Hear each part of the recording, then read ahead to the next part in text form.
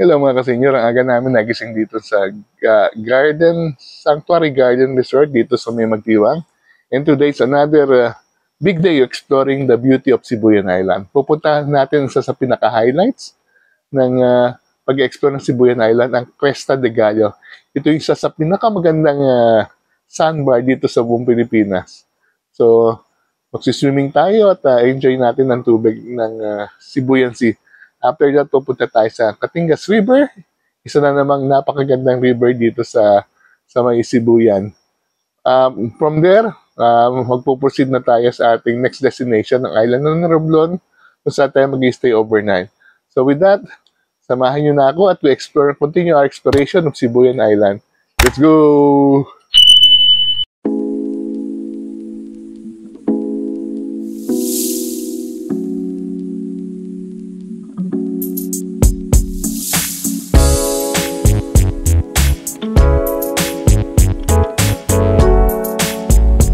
Breakfast na tayo bago tayo pumunta sa Cresta de Gallo. Meron tayong lugaw at iba-ibang breakfast favorite. So, kain tayo.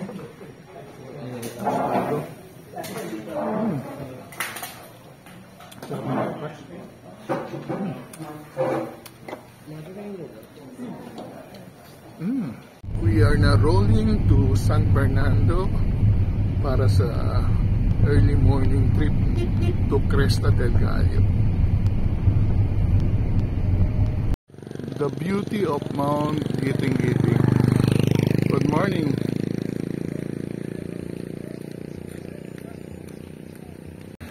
Yan finally nagpakita si Mount Giting-Giting in all its full glory. We're on our way to San Fernando from Magdiwang at ito nadaanan natin. Paputok na yung napakagandang sunrise. Yan na.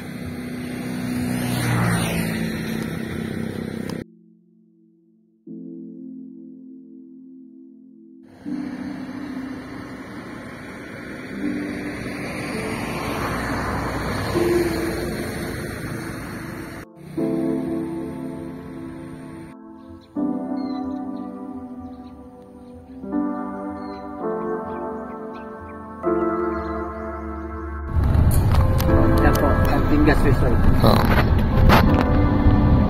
Dadaanan natin mamaya. Maganda rin po dyan magpaliparan.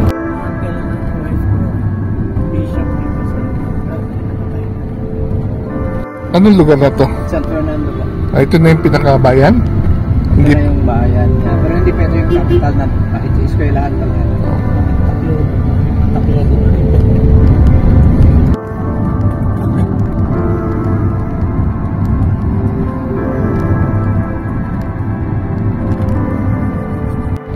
Yan yung Romblon State University.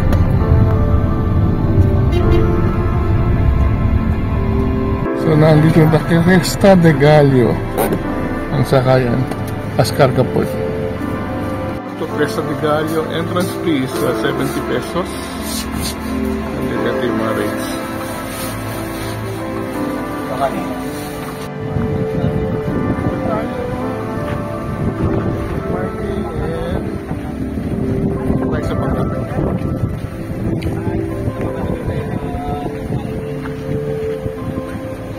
Saan tayo sasakay?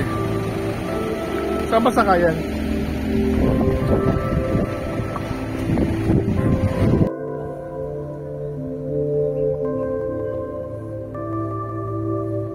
So, dito na tayo, lumipat tayo dahil medyo mahangin sa kabilang side. So, saan pa na tayo?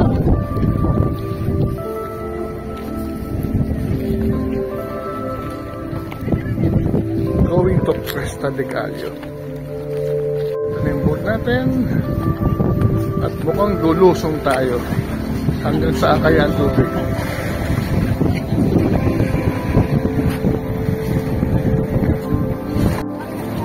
Okay.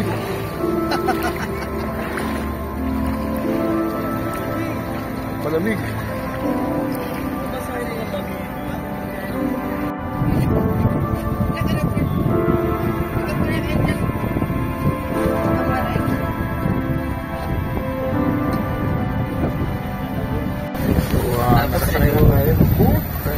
siya Cresta de Gallo.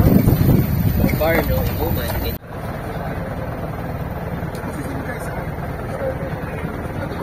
Name as Romel Romero, or you can call me Ken. Today we're going to Cresta de Gallo, or crystal clear water, seawater rather. White sand beach. It takes 45 minutes from here to Cresta. This island is for 5.4 hectares, or we can go around later. Yan na, Cresta de Gallo.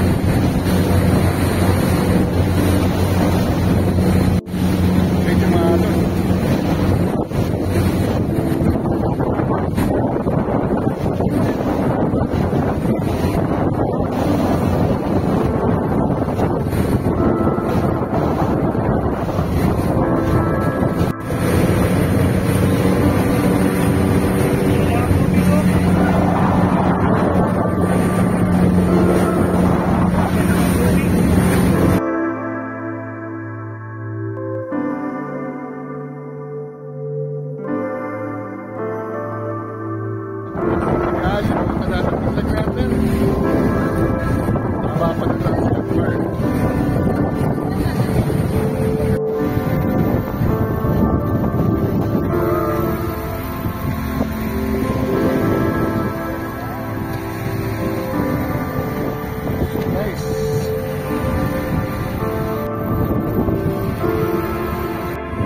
Kaputi na mga buhangin yan, no? Sobrang ganda. Yun, no? Mahaba pala yung isla, no?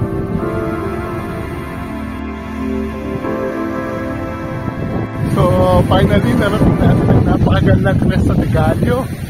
Yun naman ang white sand na to, oh. At mukhang sarili-sarili natin ang isla. Napakahaba pa lang sandbar. Pero itong lugar na tinutungtungan natin, pagdating mamaya hapon, mawawala yun.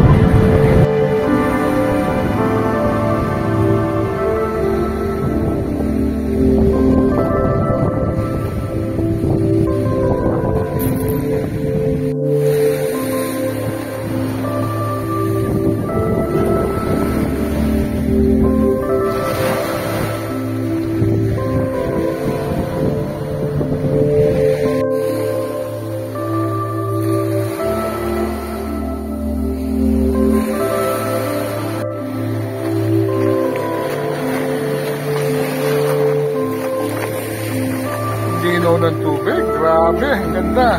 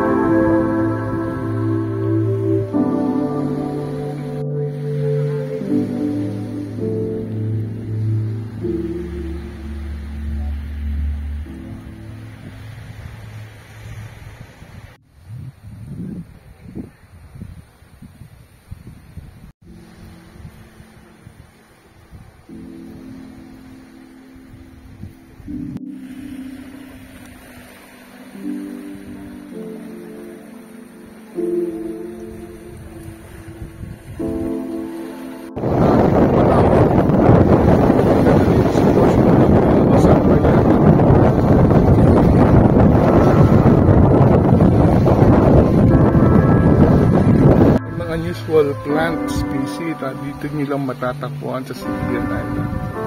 Look at this old tree na nandito sa tabing dagat na Cresta de Gallo.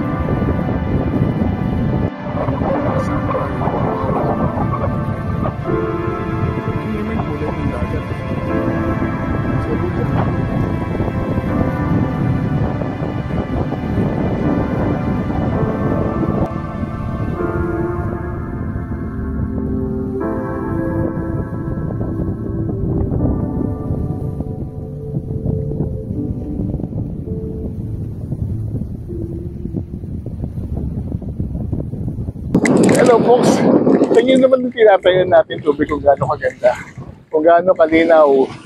Yan o, meron palang ganito magandang lugar dito sa Pilipinas. Nandito tayo sa Cresta de Gallo. Ibig sabihin is yung palong na manok, meaning Cresta.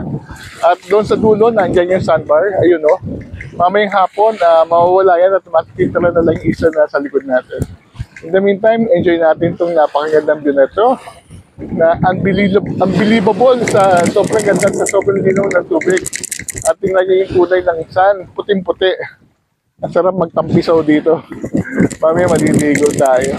I'm very happy na finally narating na natin ang Cresta de Gallo, na nakikita lang natin pag lumasakay tayo ng barko papuntang Cebu City.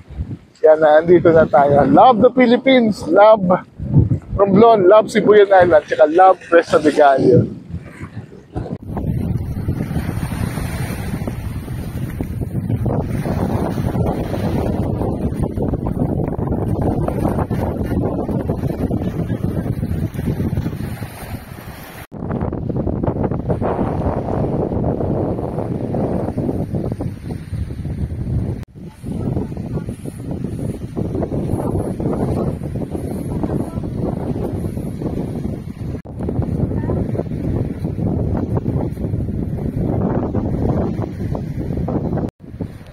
May pamerienda pa.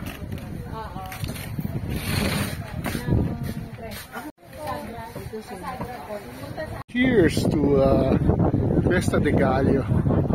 May pabuko pa oh. Yan. Inumin natin yan.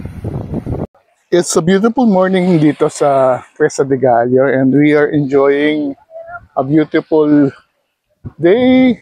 Very sunny, white sand beach. And then, tingnan nyo naman kung gaano kaganda yung tubig. Napakalinaw, almost blue na yung tubig at nasa likod natin yung sandbar. At siyempre, meron tayong buko juice pa na nilagyan natin ng bulaklak. Ito yung mga klase ng adventure na gusto natin. Mga lugar na hindi kalimitang pinupuntahan.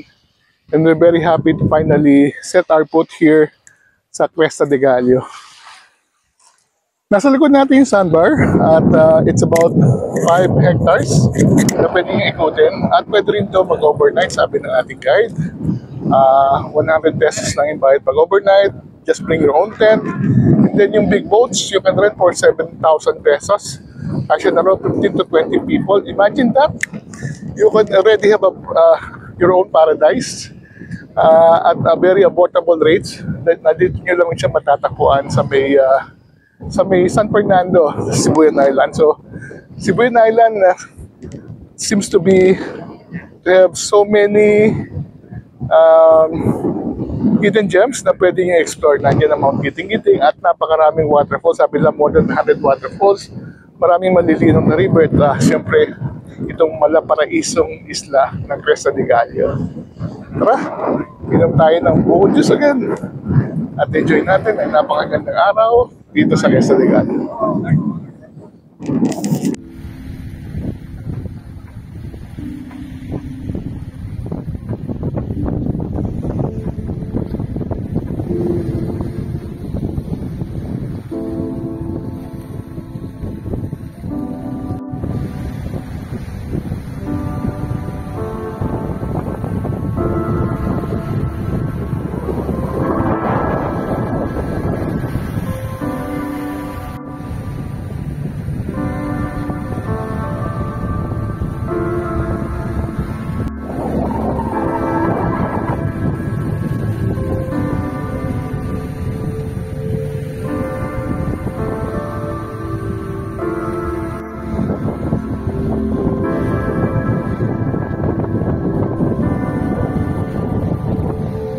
Ribs. It's ribs. Come on, chicken.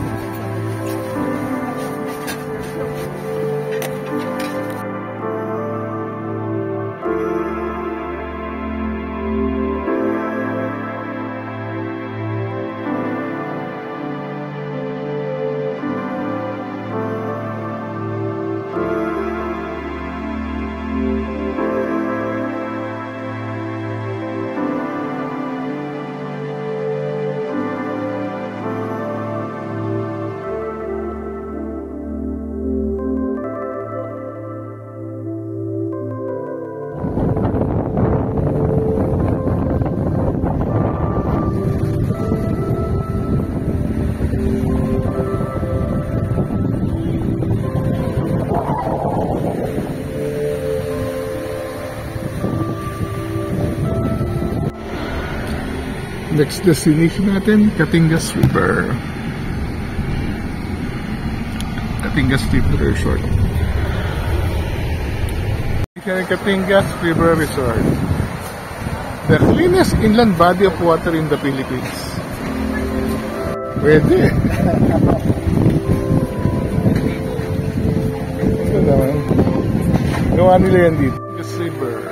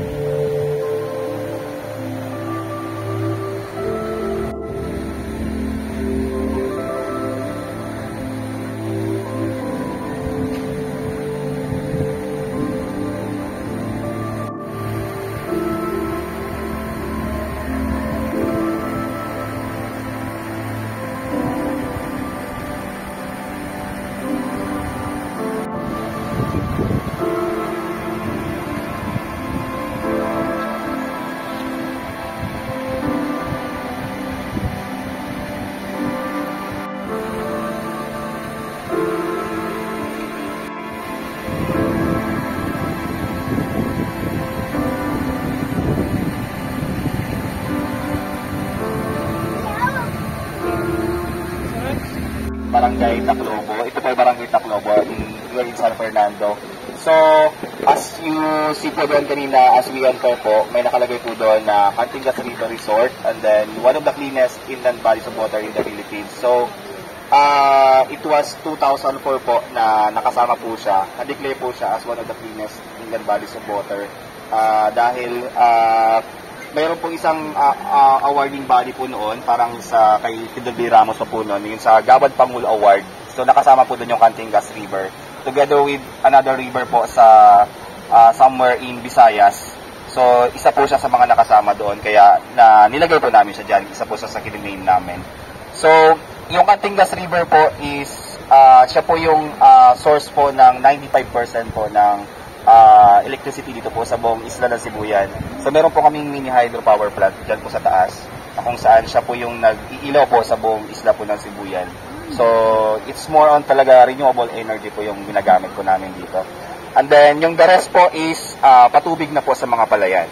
So yun po yung gamit po nung, ito po yung pinakagitna po na river ng Mount Giting-Giting.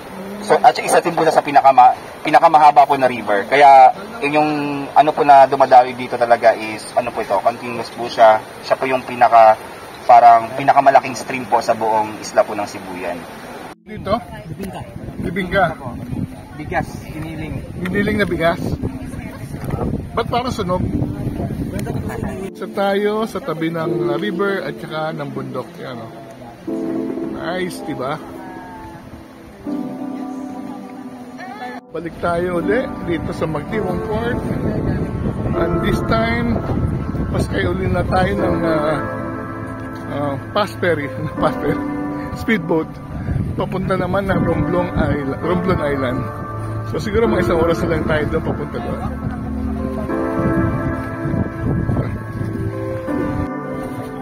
So naulit tayo dito.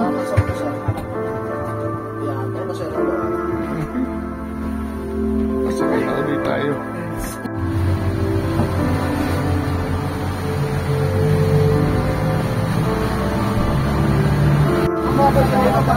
Isa lang po.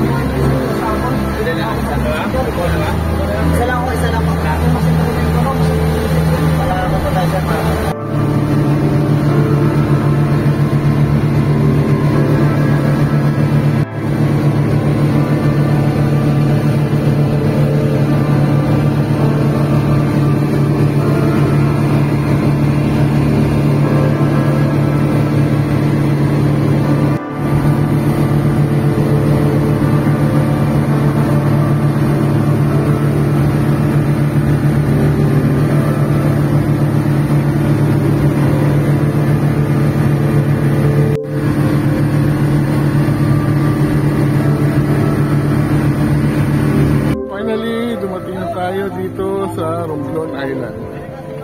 Ito yung kanilang pier. Welcome to Romblon Island.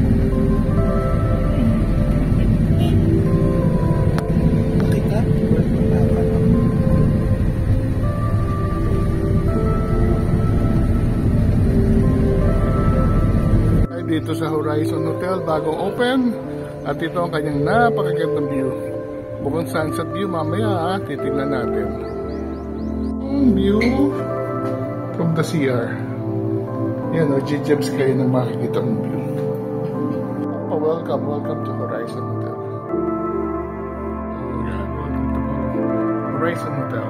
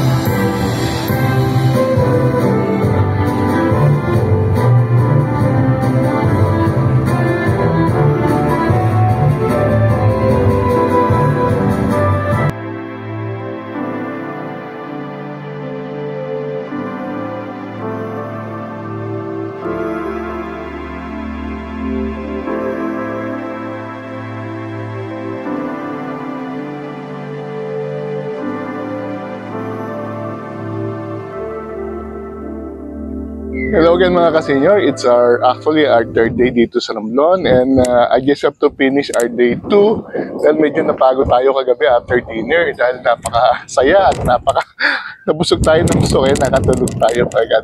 So day 2 was another very interesting day, exciting day actually. We started very early, I think gumising kami ng mga 4 o'clock para mag-breakfast ng 5 o'clock dahil doon sa may Sanctuary Garden dahil aalis kami at itong aming big day to explore ang one of the highlights of Sibuyan Island, ng Cresta de Gallo. So from the resort which is located in Magdiwang, we traveled by about almost 1 hour para papunta doon sa port kung saan kami sasakay papuntang Cresta de Gallo. Pero along the way, we're very happy to see yung napakagandang view ng Mount Giting-Giting, another highlight of Sibuyan Island. So, pagsakay namin sa port, we had to transfer there, medyo malaki alon, medyo kinabahan na ako. And then, we took 3 boats. At along the way, umabot na aming biyahe na 1 oras sa malalakas na alon papuntang Cresta de Gallo. Pinakita ko kung magkano mga rates ng papunta sa Cresta de Gallo, magkano ang boats at what to expect. Cresta de Gallo is sabi nila kahugis daw siya ng palong na manok kaya tinawag na Cresta de Gallo. At marami siyang sandbar, malaking white sand at saka nang pumunta kami, halos kami lang yung tao. We thoroughly enjoyed Cresta de Gallo. Sobrang ganda ng tubig, sobrang puti ng buhangin, sobrang linaw ng kapaligiran, sobrang linis. Kudos sa mga local tourists, local government ng San Fernando, Romblon for keeping Cresta de Gallo very pristine. Doon din kami nag-merienda at nag-lunch ng mga seafood. Nagustuhan ko yung parang hipong maliliit na parang ginataan, panalo yan. So, from Cresta de Gallo, bumalik kami uli ng bayan ng San Fernando, and then we explored Catingas River, one of the cleanest river sa may Sa buong Pilipinas daw, kumain kami ng pizza at saka local bibingka. From there, punta na uli kami sa port ng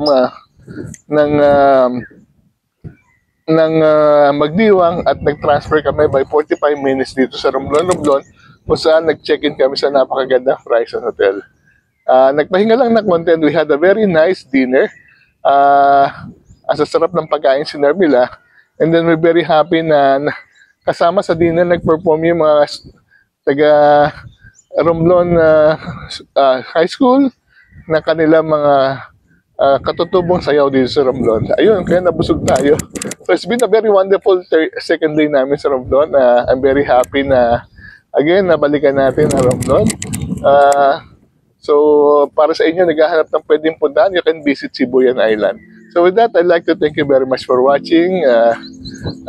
Travel while you can.